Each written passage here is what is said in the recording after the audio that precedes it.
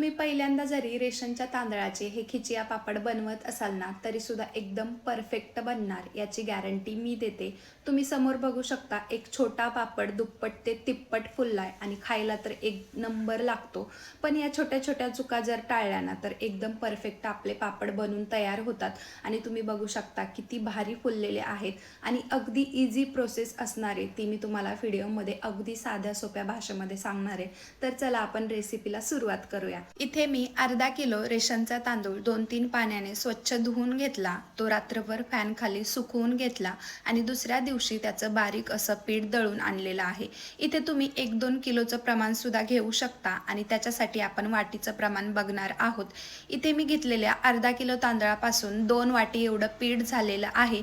त्यामुळेच तुम्हाला पाहिजे एवढा तुम्ही तांदूळ दळून आणा आणि त्यानंतर आहे ना ते पीठ मोजून घ्यायचं वाटीने। इथे मी 1 वाटी पीठ चाळून घेतलं आणि त्यानंतर दुसरी वाटी।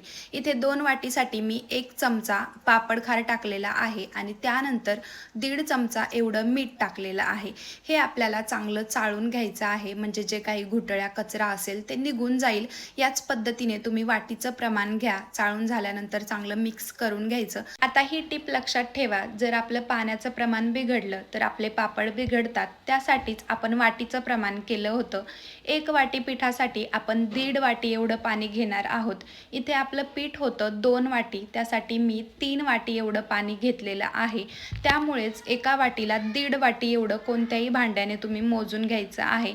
पाण्याला एक उकळी येऊपर्यंत उकळून घ्यायचं आणि त्यानंतर जे पीठ होतं आपलं ते थोडं थोडं करून टाकून घ्यायचं। गुठळ्या होऊ द्यायच्या नाही, हळूहळू मिक्स करून घ्यायचं। गॅस इथे कमी करायचा, म्हणजे फास्ट प्रोसेस होणार नाही आणि आपल्याला पटापट मिक्स करता येईल।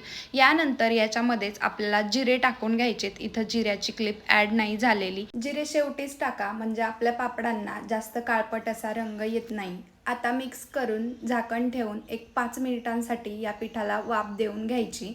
त्यानंतर एका ताटामध्ये आपल्याला हे पीठ काढून घ्यायचे। आता हे पीठ गरम असतं तेव्हा चांगल्या पद्धतीने मळून घ्यायचं।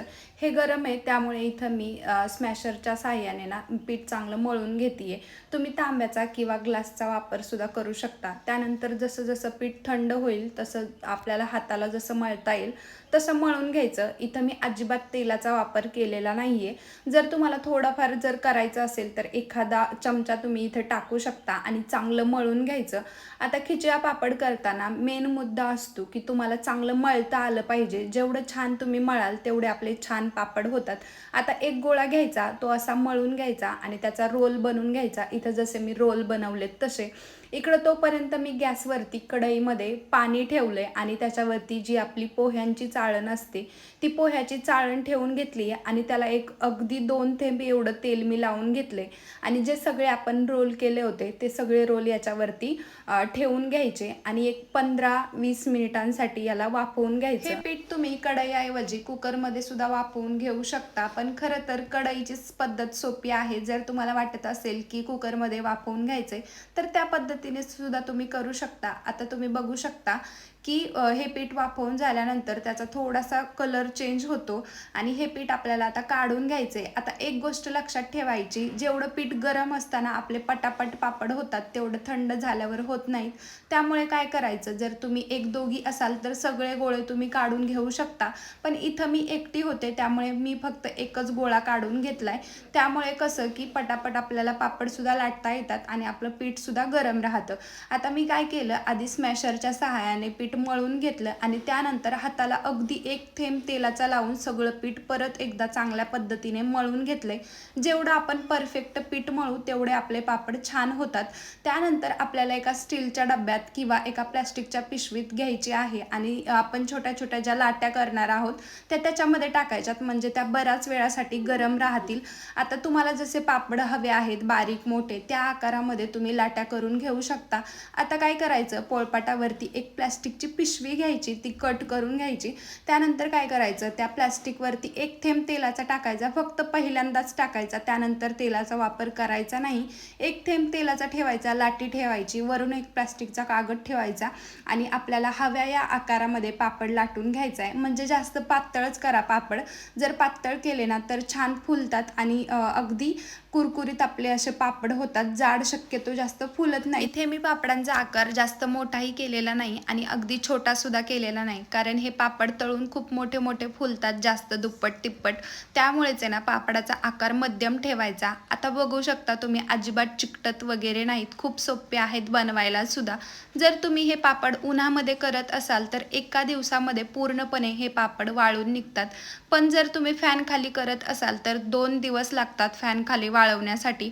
पण जर तुम्ही फॅन खाली केले असतील तरीसुद्धा वर्षभरासाठी हे पापड आपण स्टोअर करून ठेवतो.